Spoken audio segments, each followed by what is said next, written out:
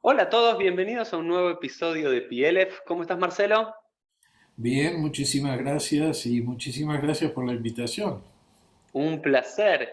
Y seguramente muchos que nos están viendo o escuchando por cada uno de nuestros canales de podcast conoce al rabino Marcelo Rittner, pero para algunos va a ser la primera vez que escuchen o que vean. O sea que algunos nos ven en YouTube y otros nos escuchan en Spotify y en algunas otras plataformas, que puedan escuchar y aprender del rabino Marcelo Rittner.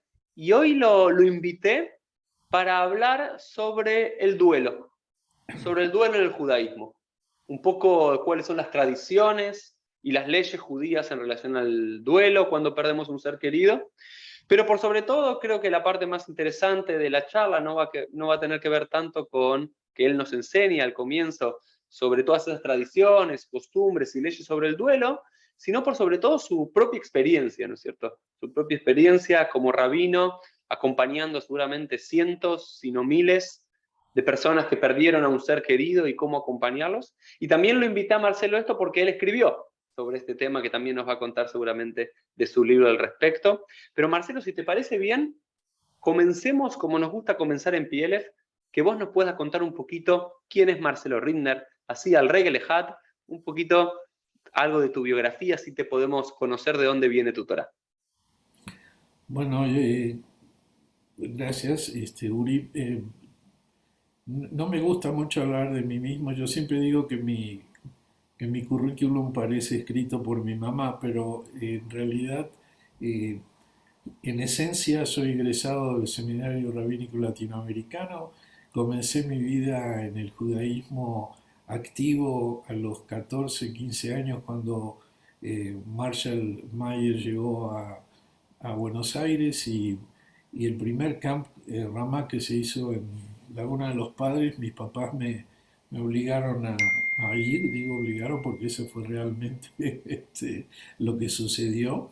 Y fue una experiencia muy conmovedora para mí, así como un parteaguas que me llevó a realmente eh, conocer otro mundo. Y a partir de ahí ya estuve, eh, hice toda mi carrera de movimiento en Ramá y Camp Ramá y luego Marshall había abierto el seminario rabínico, me invitó a formar parte de él y no estaba yo muy convencido de la parte, pero lo que quería era estar con mis cuates, con mis amigos, como se dice, y realmente eh, estudié al principio más como oyente que como estudiante y, y lo que me cambió la vida fue un evento que, si tú también te acuerdas, Uri, los seminaristas cubríamos eh, comunidades que no tenían rabinos para Yavim Noraim y como una semana antes de Yavim Noraim, Marshall me llamó y me dijo, mira, yo sé que tú no tienes esta obligación, pero están todos colocados y uno resulta que tuvo, si no me equivoco, era hepatitis, una cosa así bastante complicada, y no tengo a quién mandar a la comunidad. Y yo le dije, bueno, lo entiendo y con mucho gusto, ¿no? Y cuando fue en Paraná, pero era en Paraná cuando todavía no había túnel, había que cruzar con lanchita, era un viaje. Y fue maravilloso, fue descubrir algo así como totalmente desconocido. Y cuando regresé fui directo de la estación de tren a la casa de Marshall y le dije, me lo hiciste a propósito. Así como que Para eh, ser rabino, ahora seguro que sí, quiero. ya me convenciste, ¿no? Y bueno, a partir de ahí son los años de estudio en el seminario. Soy graduado en sociología de la Universidad de Belgrano. Trabajé en muchísimas comunidades siendo seminarista. Digamos, la última y tal vez la central fue la Brotacor. Y Ujú. me fui a Israel en 1973, después de la guerra. y me quedé allá, terminé mis estudios rabínicos con Tuvia Friedman, Zichrono Libraja, y iba a regresar a Argentina, a la Brotacol, pero fue una época de, de comienzo de la parte de los grupos que había de secuestros y etcétera, y además de una grave crisis económica, y se descompuso todo el panorama, y bueno, En Hadash Tahat Hashemesh, en Argentina, sí, ¿no? sí, sí, Los grupos paramilitares no están, pero las crisis siguen. la crisis sigue, es correcto, y realmente como hijo único quería estar cerca de mis padres, y acepté la invitación de la CIPI en Brasil, este, para dirigir la parte de juventud y educación, y realmente fue una experiencia maravillosa. Estuve 10 años allá, eh, y en el 85 me invitaron desde México para tomar el púlpito en la comunidad Betel de México, y, y lo acepté. Era un desafío. Hay, ya sabes, tú estás viviendo eso muchas veces también. Hay una edad para cada cosa, ¿no? Es decir, hay edades que te puedes mover con la familia porque no es solamente lo tuyo, es una responsabilidad con tu familia, ¿no? Y sacarlos del núcleo. La familia de Ruti, mi esposa, es brasilera, y entonces estábamos con la familia allá, ¿no? Tus hijos nacieron allí en Brasil. No, no, no, no, esa es otra para allá. Mis hijos nacieron, mi hija Sharon nació en Argentina, mi hija Karen nació en Israel y mi hijo Gabriel nació en Brasil. Ok, está Y bien. aquí en México nacieron todos mis nietos, eso sí. Muy bien. 9 nietos, muy feliz. Me retiré hace 3 4 años. Eh, Betel es una comunidad preciosa. Desde el primer momento eh, hubo un kesher, una relación muy fuerte, afectiva. Y bueno, llevo 37 para 38 años aquí, feliz, muy contento. Ahora Leonel Levy está dirigiendo la comunidad.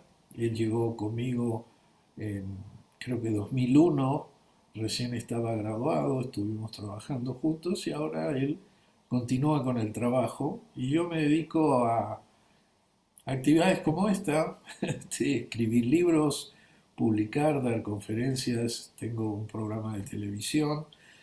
Fundamentalmente eso es, he trabajado mucho en la Rabbinical Assembly, he trabajado recientemente, terminé mi presidencia en Masorti Amlat, cosas que me interesan mucho como voluntario para apoyar al movimiento. Y estoy activo en lo que puedo ayudar, y encantado, Uri, otra vez te digo, de estar aquí, de platicar, especialmente un tema tan delicado, ¿no? A mí me gustaría comenzar diciéndote que, o diciendo a quienes asisten a este programa, que la muerte en el judaísmo es mucho más simple de lo que la gente lo hace. No me refiero a la muerte de la persona, sino a toda la estructura que existe en relación al duelo, al tratamiento de la persona, a las costumbres, como tú lo explicaste al principio. Eh, y cuando hablamos de la muerte, sin duda es uno de los temas que, eh, que más miedo da a la gente, ¿no? Por tratarse, por un lado, lo desconocido, por otro lado, de la debilidad del ser humano, de sentir que como, ¿no? Yo soy infinito, ¿no? Y bueno, y la vida, más que otra, es la mejor maestra, eh, de enseñarnos el valor del tiempo y el valor de poder darle un sentido a nuestra vida. Nosotros recibimos la vida como un regalo, y la muerte es la maestra de la vida, porque es la que nos pone un límite. Yo digo muchas veces que nosotros hemos nacido, todos tenemos una caducidad, solo que no la tenemos grabada o no la tenemos tatuada en el cuerpo. Y eso es lo maravilloso. Ya la muerte es otra cosa. La muerte es el final, desde la perspectiva judía, es el final de la vida, pero no es el final en términos de borrar, no es en términos de borrar. Yo recuerdo el libro que más tarde vamos a platicar, se llama Aprendiendo a decir adiós, ¿no? ¿Cuándo Y escribiste este libro, Marcela? ese libro tiene 18 años aproximadamente, está en la cuarta edición, acaba de salir ahora una edición, está editado por Random House, y fue traducido en una época a portugués y también se ha vendido en algunos países de Latinoamérica y se ha vendido mucho en Estados Unidos en idioma español. Y ha sido en México un bestseller y sigue siendo un bestseller. Es muy interesante todo esto, pero eso si quieres lo dejamos Para para, después. para el momento, porque si no uno se va desviando. Eh, ¿Cómo comenzar con el tema específico de la muerte, Uri? Es que la tradición judía ha creado alrededor de la muerte un sistema que tú lo debes saber, hay libros de sociología y de religión comparada en la cual se demuestra que prácticamente entre todas las diversas formas de cultos y de rituales en relación a la muerte, el judaísmo es uno de los más reconfortantes y más profundo para el proceso del duelo.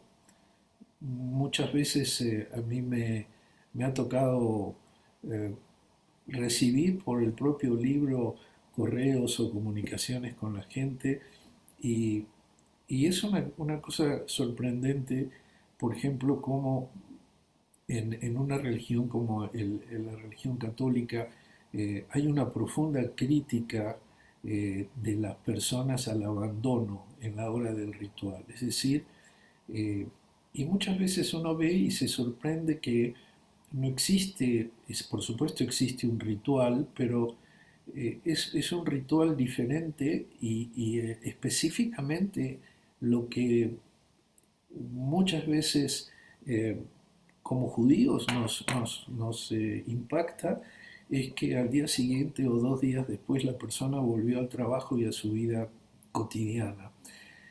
En el judaísmo la muerte tiene un lado de cabot, de honor a la vida de la persona.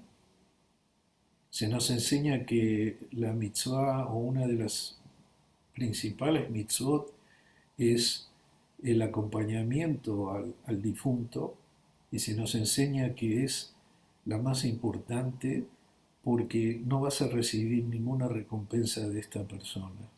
Y eso es algo maravilloso.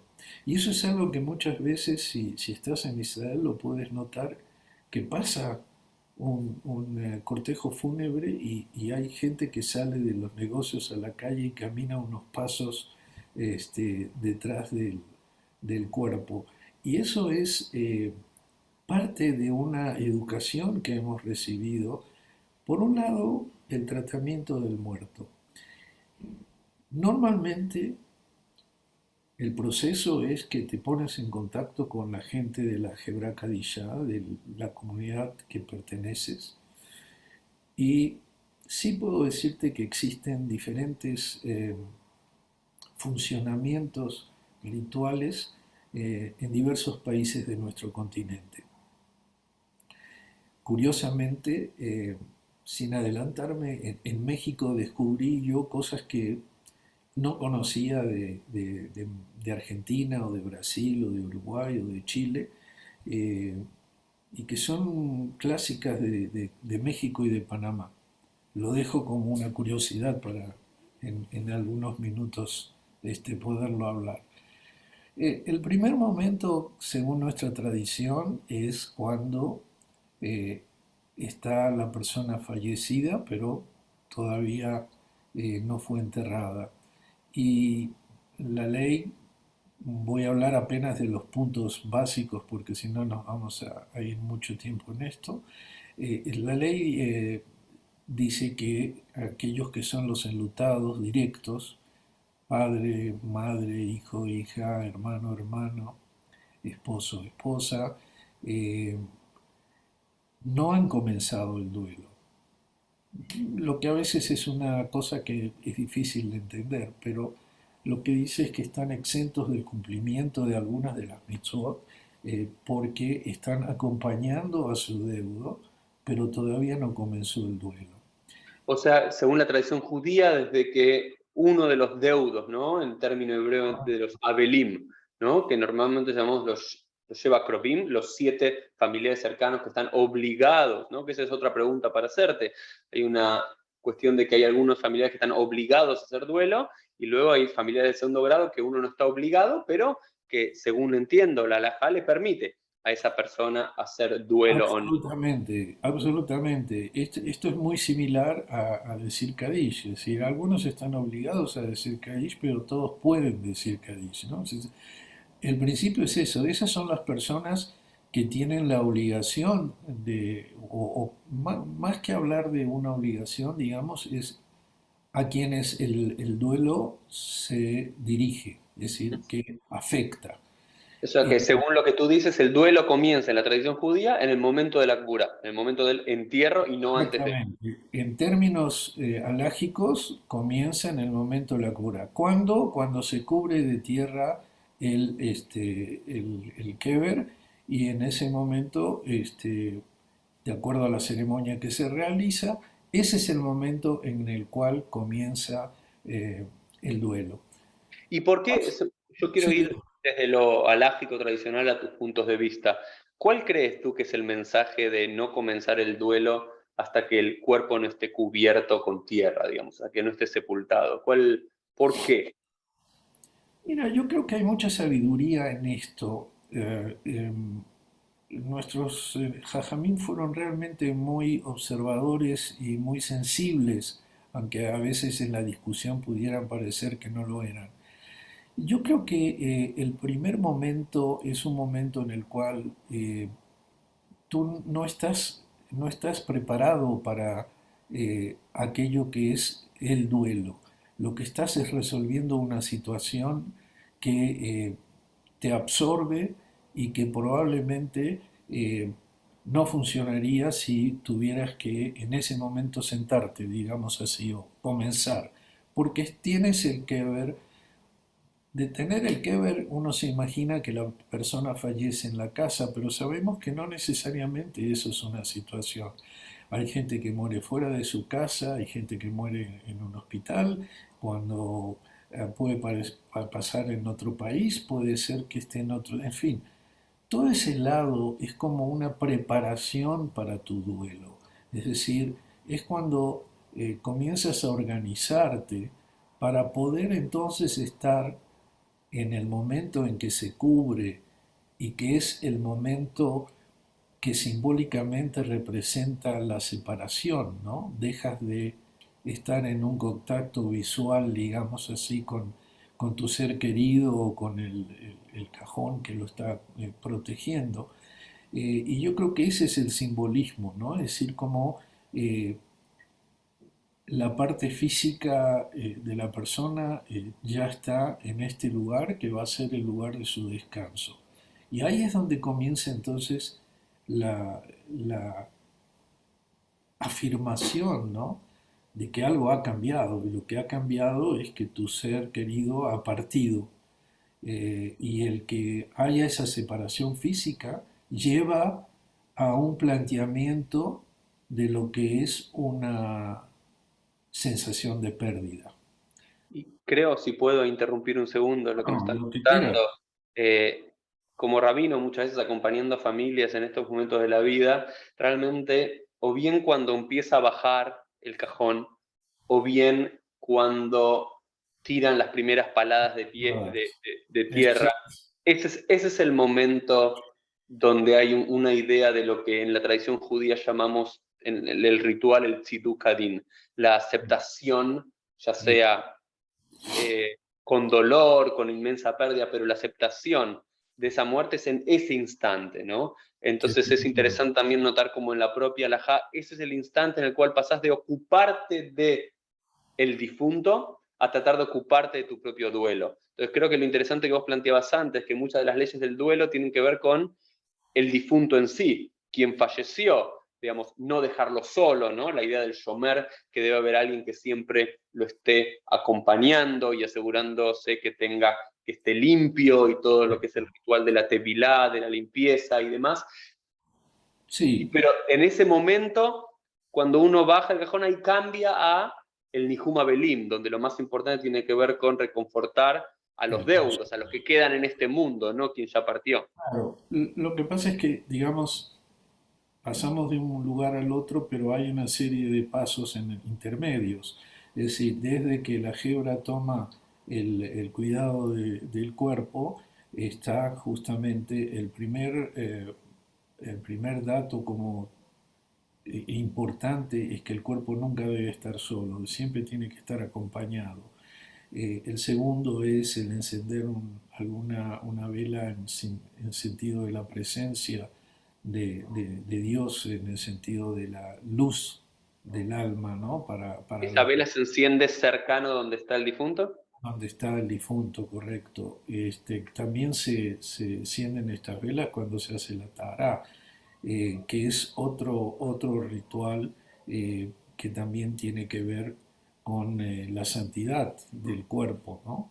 Y aquí es bueno detenerse a un análisis histórico, que es cómo a través de los tiempos fue cambiando el tema de la tara. Eh, La hay, tará, para los que no saben, es el proceso de limpieza, de purificación del cuerpo, de cómo murió a estar totalmente limpio y con las prendas, los tajrijim. Y esto es algo que lo hace la Hebra Kadishá, que es en la mayoría de las comunidades, o si no, el propio Panteón lo tiene, es un cuerpo de voluntarios que cumplen con esta función, que es una, como lo dije al principio, una de las funciones más sagradas que hay. Y antiguamente se competía en el lujo del entierro. Eh, y la costumbre era que muchísimas familias eh, querían mostrar que ellos podían hacer el entierro más lujoso que el otro. Algo que lo conocemos hoy no en temas de la muerte, pero en temas de festejos. Pero fue un rabino que llamó la atención a esto porque la gente hipotecaba su futuro, se acostumbraba a vestirlo con las mejores ropas, se acostumbraba a poner joyas o cosas de valor y había creado una grave crisis socioeconómica dentro de la comunidad, naturalmente de valores. Y este rabino lo que hace es establecer que se coloca solamente los tajritín, que son una túnica blanca que debe ser igual para todos. Y eso es un símbolo eh, de una democracia muy importante en términos religiosos, porque a partir de ese momento eh, cambia la propia sensación de lo que estás haciendo. No es un evento de lujo, es un evento de cabot. Y así es como la gente que hace esta tarea, que es gente que debe ser preparada para ello, eh, y que es gente que realmente son personas maravillosas en todas las comunidades, eh, porque no hay fila de gente para poder hacer esta tarea tan importante. Entonces hay una serie de pasos, están las tfilot que se rezan, el pedido de perdón que se reza, eh, ahí hay algunos países donde la familia se despide una vez que ya se hizo la tará y todo, y se coloca la persona en el cajón, entra la familia al macón donde se está haciendo esto y se despiden, por supuesto, sin tocar, porque una vez que la persona está lavada y está vestida, eh, ya está como purificada, digamos así, y entonces se acompaña para comenzar la levaya en términos del ritual de la despedida en términos religiosos. Y ahí es donde acostumbramos a rezar Teilim, se acostumbra a rezar eh, algunas, a veces hay gente que le gusta participar, o sean familiares, etcétera, de palabras de Cabot y palabras también de Nehum Abelín, de consuelo para la familia, para las personas. Y luego, eh, previo a esto, me olvidé, la criá, que es también un elemento ritual muy fuerte, porque es cuando, antes de comenzar justamente esta ceremonia, eh, ya con toda la gente presente, es la criá, que es cortar, eh, digamos así, de la camisa o de la parte más próxima a la ropa más cercana, se hace un corte eh, que significa como el desgarro que uno está sintiendo por este dolor que estamos sintiendo por el momento que estamos viviendo.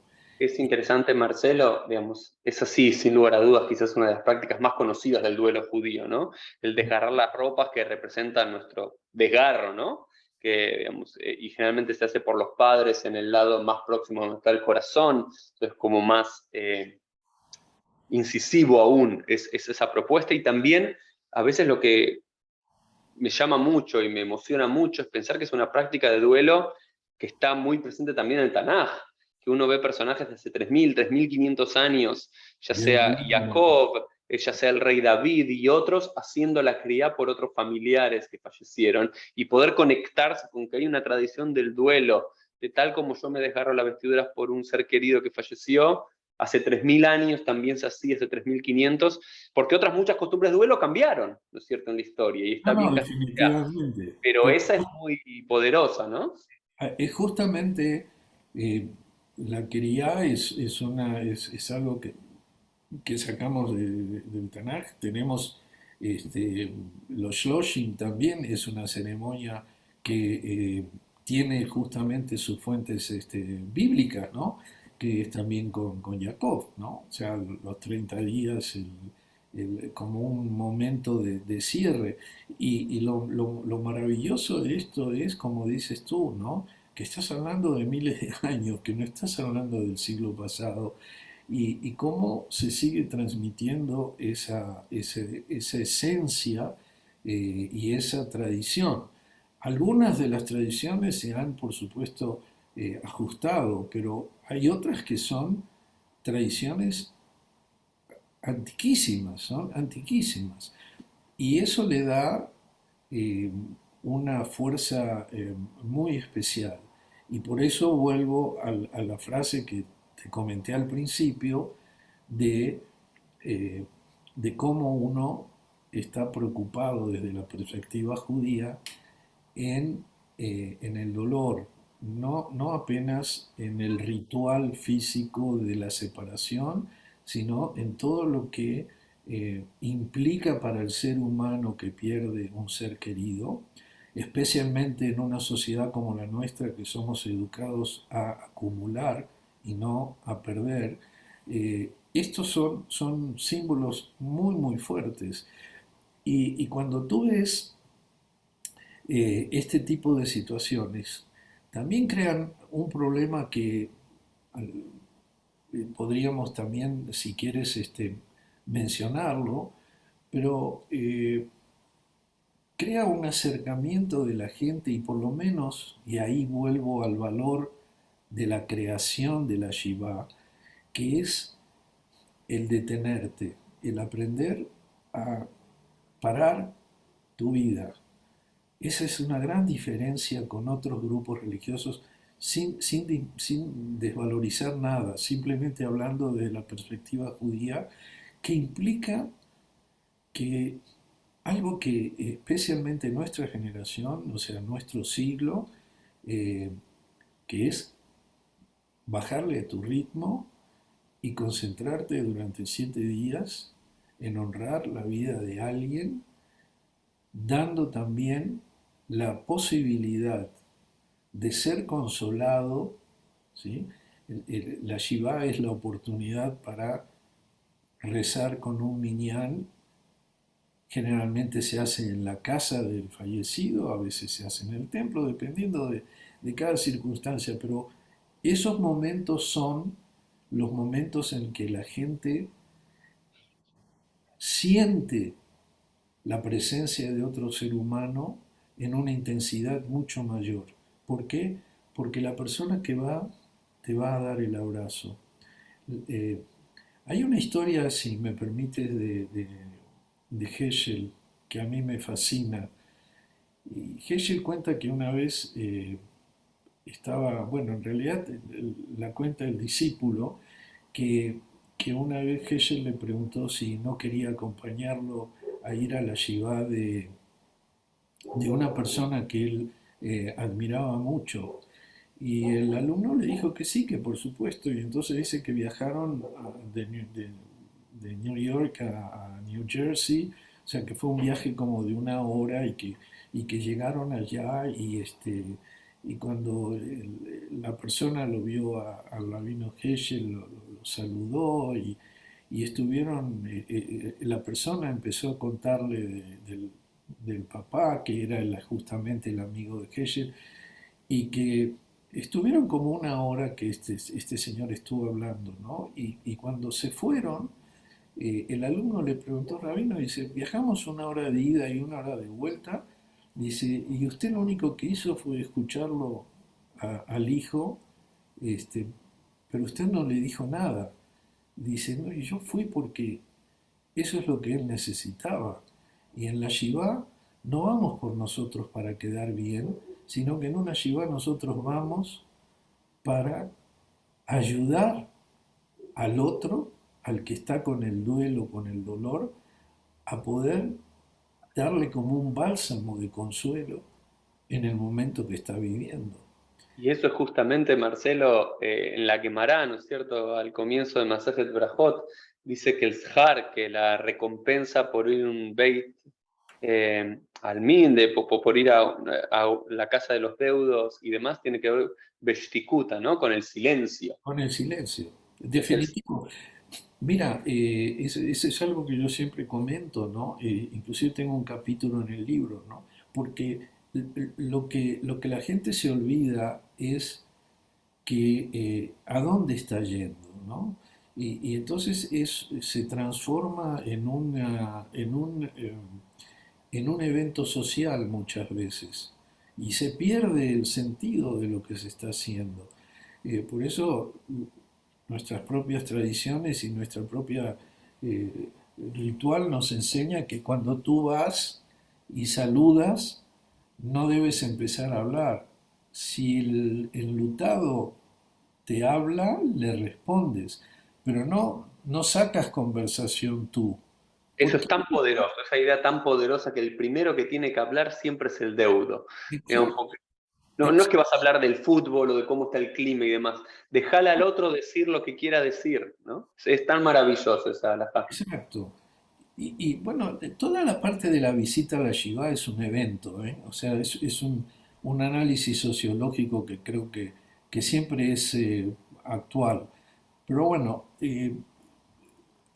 pasamos dos, tres etapas con algunas Entonces, simplemente déjame hacer un pequeño resumen para los que están viendo y escuchando. Entonces, desde la perspectiva judía, uno apenas pierda un ser querido, entra en un momento pasa a ser onen, que no es un deudo en sí mismo, deudo es Abel, onen es desde el momento que falleció tu ser querido, uno de los 7 cercanos, hasta que lo enterrás. Estás exceptuado de los mandamientos rituales porque tenés que estar ocupándote de todos los trámites, toda la preparación para el entierro. Una vez que lo enterrás con todo la ceremonia de la levaya, del acompañamiento, uno pasa después a la Shiva, que son un periodo de 7 días para retrotraerse de alguna forma del mundo, para de alguna forma hacer notar que la muerte de ese ser querido no nos pasa por el costado, sino que y seguimos nuestra vida como si nada hubiese pasado, sino que durante 7 días no salimos de nuestros hogares. Hay las costumbres, por ejemplo, ¿no es cierto?, de o prender velas, también por esto de la Neyamá del alma, cubrir los espejos y muchas otras costumbres, pero por sobre todo recibir estas visitas que nos vienen a consolar durante 7 días. Y después, ¿cómo seguiría el duelo, Marcelo? Es muy interesante. El duelo tendría 3 etapas.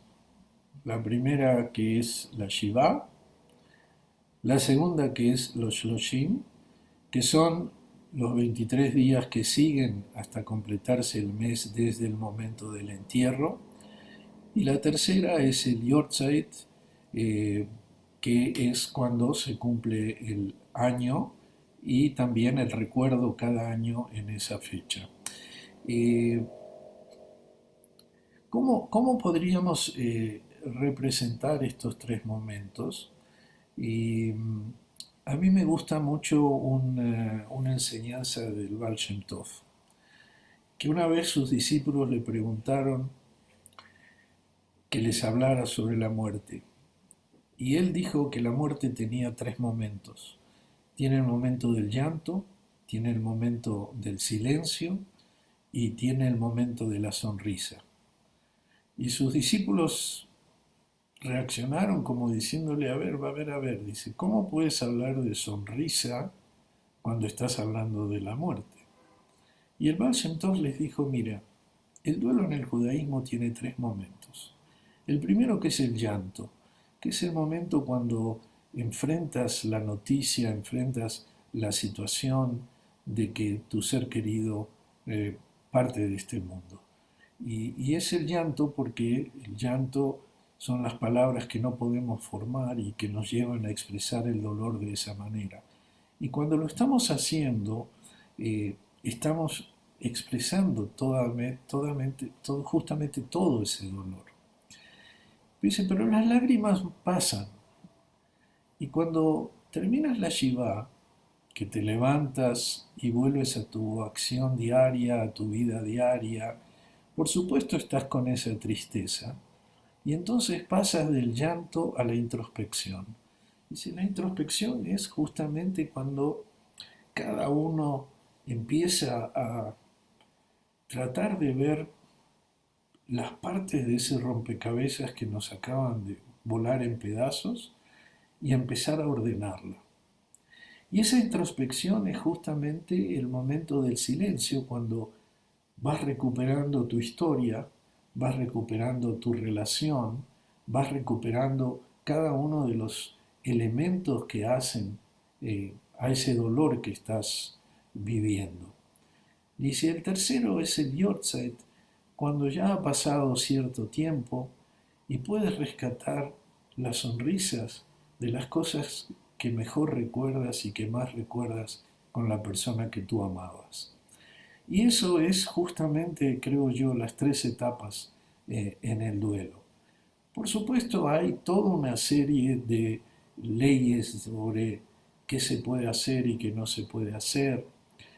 Y en eso, Uri, yo te soy muy honesto, yo siempre digo que la gente tiene que vivir el duelo eh, de una manera, si tuviera que elegir la palabra, diría eh, sincera. ¿Por qué sincera? Porque muchas veces, también tú lo debes haber observado, la gente como que pierde piso en relación a lo que está sucediendo. Sabes que el elemento de la culpa es un elemento que está en el duelo también.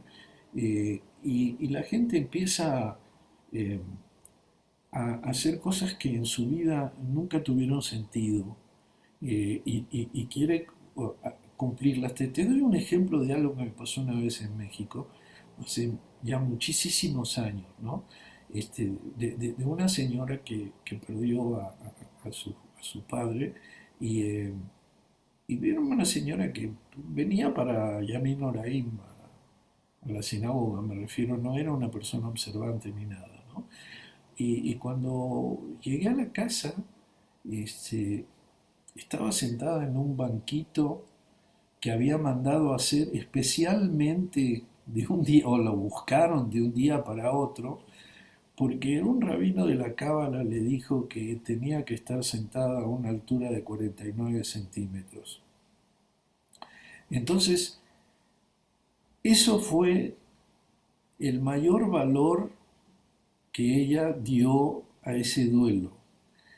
Y cuando yo lo vi y estuvimos platicando, eh, yo le dije que yo respetaba lo que ella quería hacer, porque es su duelo, pero que hay que tener un sentido común con todas las cosas. O sea, si puedes decidir que vas a rezar, me parece bárbaro.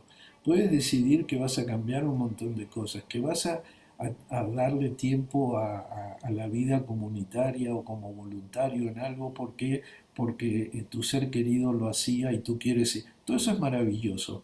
Pero cuando la observancia del ritual adquiere límites que no son los que forman parte de tu vida diaria ni de tu círculo, hay que tener mucho cuidado con eso. Hay que tener cuidado porque finalmente lo que va a terminar manejando tu duelo son temas que no tienen nada que ver con tu relación afectiva con la persona. Es interesante cómo planteas esto, Marcelo, me parece maravilloso cómo ciertos rituales y ciertas costumbres que fueron creadas para vivir más plenamente el duelo y poder transitarlo, ¿no? Creo que eso es uno de los sentidos más profundos que tiene el ritual del duelo judío, de no apartarnos del muerto, sino de alguna forma poder vivir el duelo para después poder seguir la vida, como si nos prestamos mucha atención a los detalles, ¿no? De la ley, el kotz de la yud, el puntito de la yud, perdemos también esa posibilidad de hacer el duelo. Por cumplir el ritual del duelo, perdemos la posibilidad de hacer el duelo, ¿no? Es interesante cómo, y se transforma en algún tipo de obsesión puntillosa por, ok, la costumbre de estar en sillas bajas o en algún sofá bajo, ¿no? Para también poner en, esto también lo maravilloso, ¿no? Que siempre tiene el ritual judío, poner en expresiones concretas y externas sentimientos internos. Yo no me siento cuando perdí un ser querido que puedo estar sentado en un trono real, porque me siento tirado al piso, ¿no? Me siento mal, estoy conectado con la tierra, pero de ahí a estar obsesionado por cuántos tienen que ser los centímetros, para una cuestión cabalista de 49, no sé, los yarey de la Tumá, no sé de dónde lo habrá sacado esto, y pensar que eso hace el duelo en vez de estar conectado con la tierra es interesante esto, muy interesante, Marcelo. Eso para mí es muy valioso. ¿Por qué? Porque tenemos que trabajar el duelo a partir de nuestros valores con un sentido común de esos valores. Por eso te digo que muchas veces la gente está rodeada de otras personas y estas personas tratan mira, yo hice esto y hay que entender que cada duelo es único y hay que respetar el duelo. Eh, Cuando yo comience hace algunos minutos, te dije el ejemplo de Heschel, es porque a mí es uno de las cosas que más me molesta en una shiva, que es la socialización, ¿no? Es decir, la gente termina que ves a la persona sentada y ves círculos de gente hablando como si estuvieran en un shopping o tomando un café en algún lugar, ¿no? Y te das cuenta que, bueno, que se pierde algo que es muy importante, ¿no? Que es eh, recordar para qué fuiste, ¿no? Eh, lo importante es darle el abrazo a la persona y escucharlo, si otra vez, si él comienza a hablar, pero no estás ahí para dar consejos. No estás ahí para decir lo que tiene que hacer, estás ahí para ver cómo puedes ayudarla o ayudarlo. Marcelo, si te parece, pasemos ahora a la segunda parte, que ya estuvo en parte de esta primera parte de la charla, lo que tiene que ver con tu libro, Aprender a decir adiós. Y seguramente tenemos unos 20 minutos más para charlar Tú me juntos. dices, Pero, ¿cuáles son? Habrás acompañado a cientos y a miles de como lo llaman acá en Estados Unidos, supervivientes, ¿no? Acá hay un término interesante, que uno lo escucha acá cuando va, ¿quiénes son los que sobreviven al difunto? Que no sé si en Latinoamérica no lo utilizamos mucho, ¿no? Acá se dice que tal persona es sobrevivida por la pareja, los hijos, los nietos, el hermano. Es un término interesante, ¿no? Digamos, cada vez que perdemos un ser querido, somos sobrevivientes de alguien que ya no está. Ya eso es un término en tu libro y en tu praxis, ¿cuáles son quizás las palabras que encontraste que más confort pudieron traer? ¿O cómo como rabino solés vos acompañar a las personas? Contanos un poquito cómo lo haces vos. mira, por supuesto cada caso es diferente, hay historias diferentes, hay formas de vida y de muerte diferentes.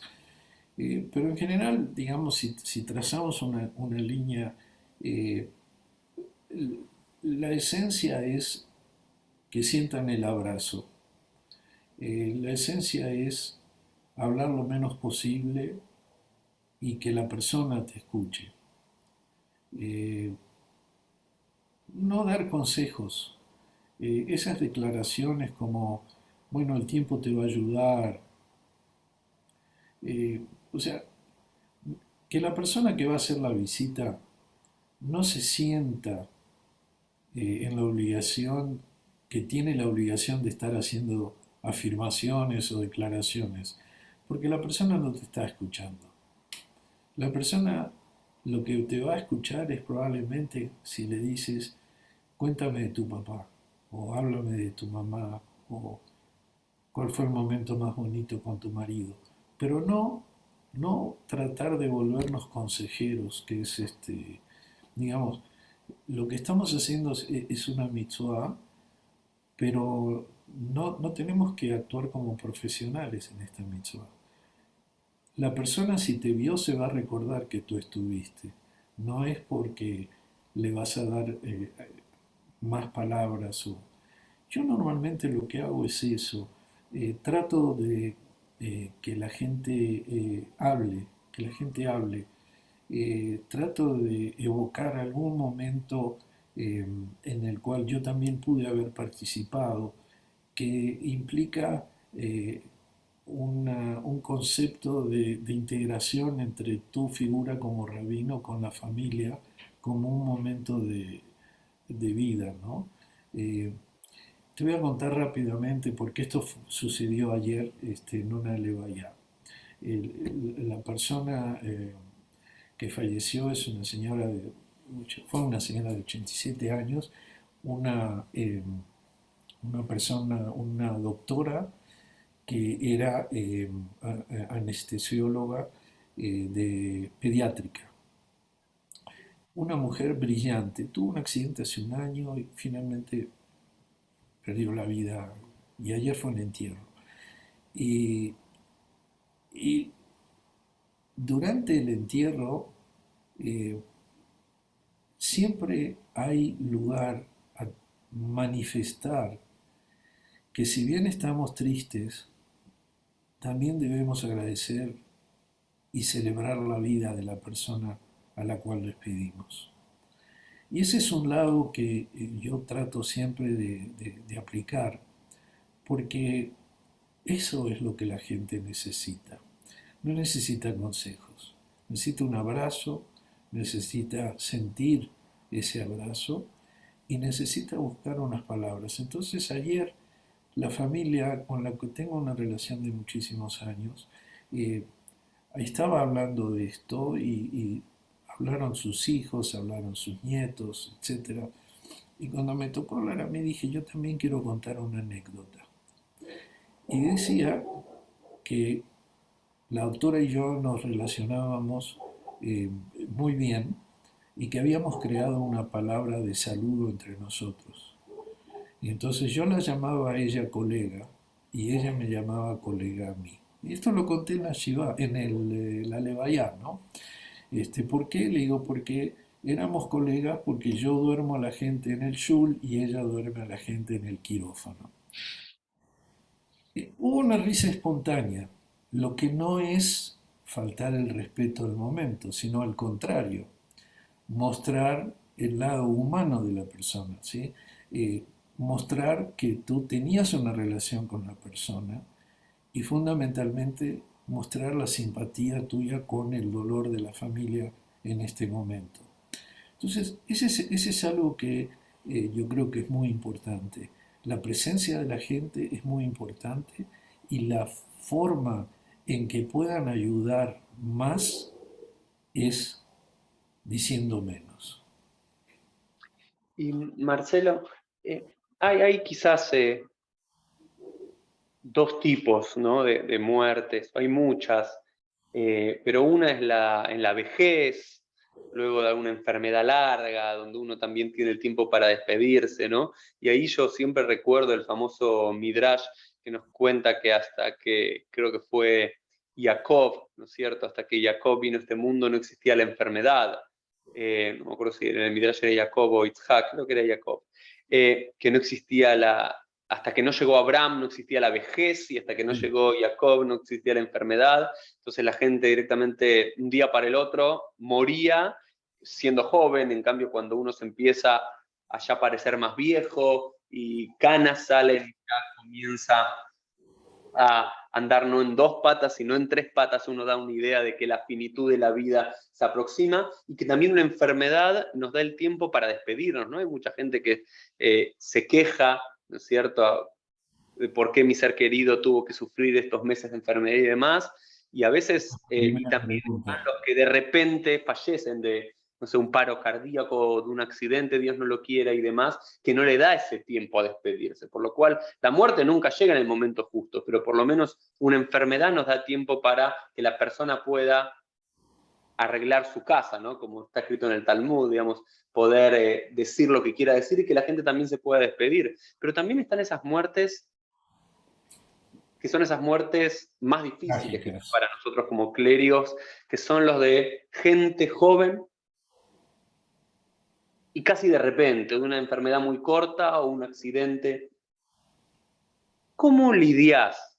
¿Cuán diferente es tu forma de acompañar? ¿O qué es lo que decís que trata de generar un confort en la gente? Yo creo que Sí, Marcelo, me decías. sí, yo creo que lo que debemos entender como clérigos es que también nuestra participación es limitada. Eh, yo creo que hay un momento en la vida donde uno se cree que puede solucionar todas las cosas de las demás personas y finalmente te vas dando cuenta de que esto no es así. Eh, Tú tienes una responsabilidad que es la de orientar, enseñar y brindar el mayor apoyo a la gente. Pero tú también tienes una necesidad, digo tú en el sentido general, no te estoy hablando a ti, ¿no? Pero uno necesita entender también que tiene sus propios límites. Y eso es importante porque la familia tiene que vivir el duelo. Tú los puedes ayudar a mostrarles un camino, los puedes ayudar, pero la gente tiene que vivir el duelo. Aquellos que no viven el duelo lo van a vivir el resto de la vida. Y cuando vives el duelo, lo vas a vivir una parte de tu vida, pero vas a ver el resto del camino con otra perspectiva, donde el ser querido te va a estar acompañando. Eh, ¿Te acuerdas hace pocos, bueno, creo que un año o dos, un capítulo que hubo de Stiesel donde el último de los capítulos de la serie eh, tenía un pasaje brillante en el contexto artístico de lo que estaban queriendo transmitir, pero también muy valioso, donde hablaba esta persona ultra religiosa que era el personaje, mencionaba a Bashevi Singer, que era, sabemos que no era del ámbito religioso, pero era un premio Nobel de literatura, ¿no? Y Bashevi Singer escribió que eh, la gente nunca muere, que la gente sigue viviendo dentro de nosotros.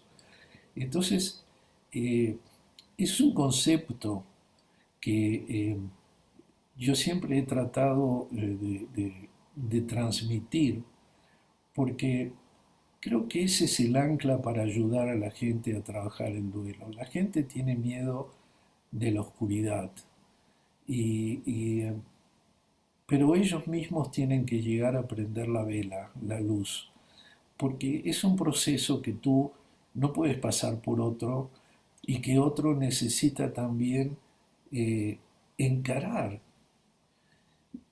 Está más que claro que la gente que no, que entierra o guarda el duelo o lo elimina de su vida, lo sigue cargando el resto de su vida. Y le va a afectar, eso te lo digo por haberlo visto, le va a afectar mucho toda su relación afectiva con quien se fue y también con quienes están aquí. Entonces, cuando hablas de duelo, lo que se necesita es tener la sensibilidad de cuál es nuestro límite. Sí es importante nuestra presencia, pero finalmente también nosotros podemos tener errores en lo que estamos transmitiendo. Nosotros debemos tener una función y la gente también, por supuesto. La gente también. Quiere decir, los que van a visitar a un enlutado tienen que entender que está para ayudar al enlutado, no para autoayudarnos. Estamos ahí para poder llevar lo que nuestra tradición nos enseña, que es el amor, el respeto, el cariño, la fuerza, el consuelo, junto con los enlutados del pueblo de Israel, a quien en ese momento lo está necesitando. Yo creo que ese es el mensaje. El desafío es cómo hacerlo. Yo he trabajado siempre en esta línea. Hay gente que siempre espera más de ti, o cree que debes darles todas las respuestas, especialmente en los momentos trágicos. eh, si normalmente guardo silencio, en los momentos trágicos más. ¿Por qué? Porque sí, porque duele, como padre, como abuelo, te duele ver a un niño de 3 años que perdió la vida por un accidente, pero no está. Para sus padres ya no está.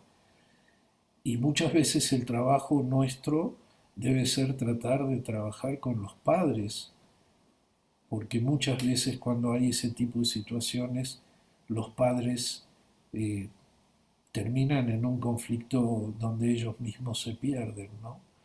Y entonces esas son cosas que duelen, que muchas veces la gente no lo ve, que nosotros como rabino tenemos que tener la sensibilidad de ver.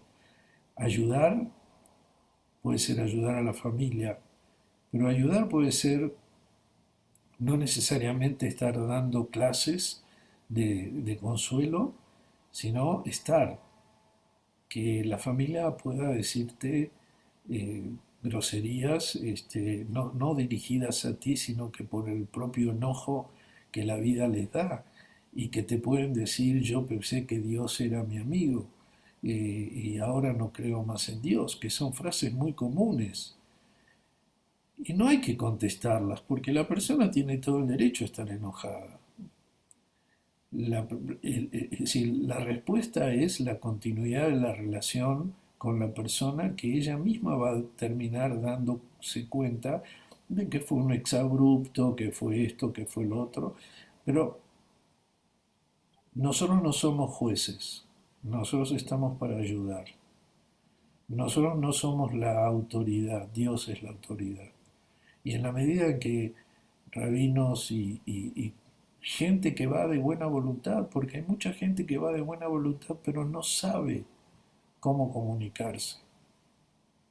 Y ahí a veces de ayudar complicas, por eso vuelvo a insistir en el silencio. Y yo creo, comparto contigo, Marcelo, esta lectura de que hay que hablar menos y escuchar más.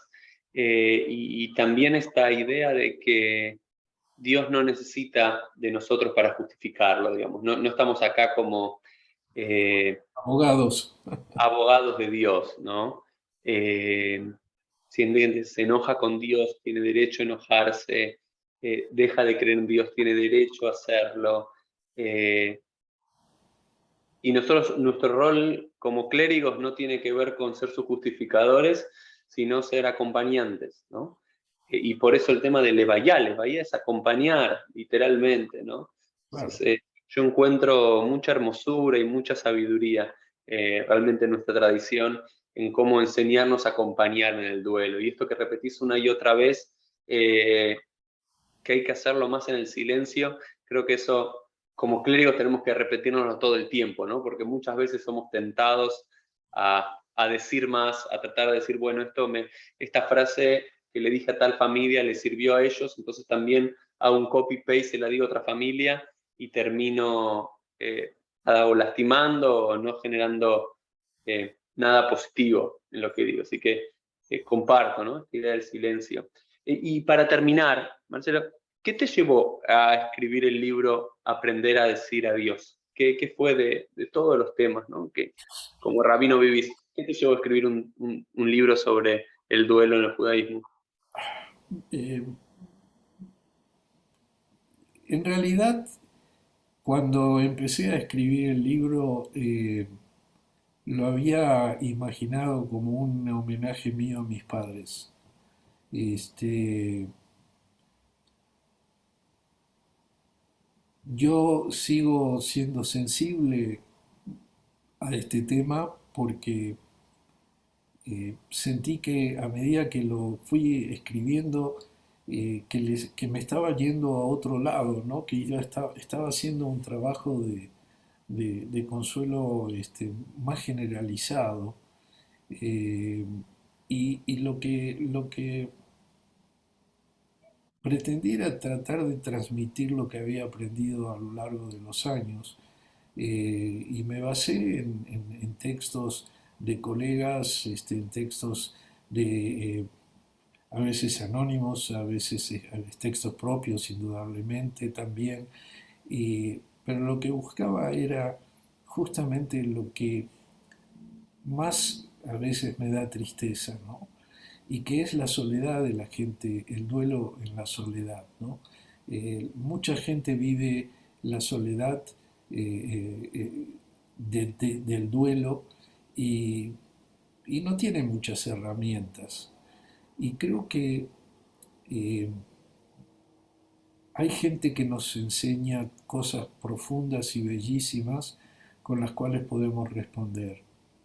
Por ejemplo, te digo Víctor Frankl, que es alguien que yo siempre cito con la gente, tiene una explicación que la mejor forma de ayudarte a ti mismo es salir a ayudar a otro, que es un lado de tzedakah, que no se refiere a tzedakah específicamente en un valor económico, se refiere a tzedakah en dar tu tiempo, en dar tu presencia, tu fuerza, algún apoyo.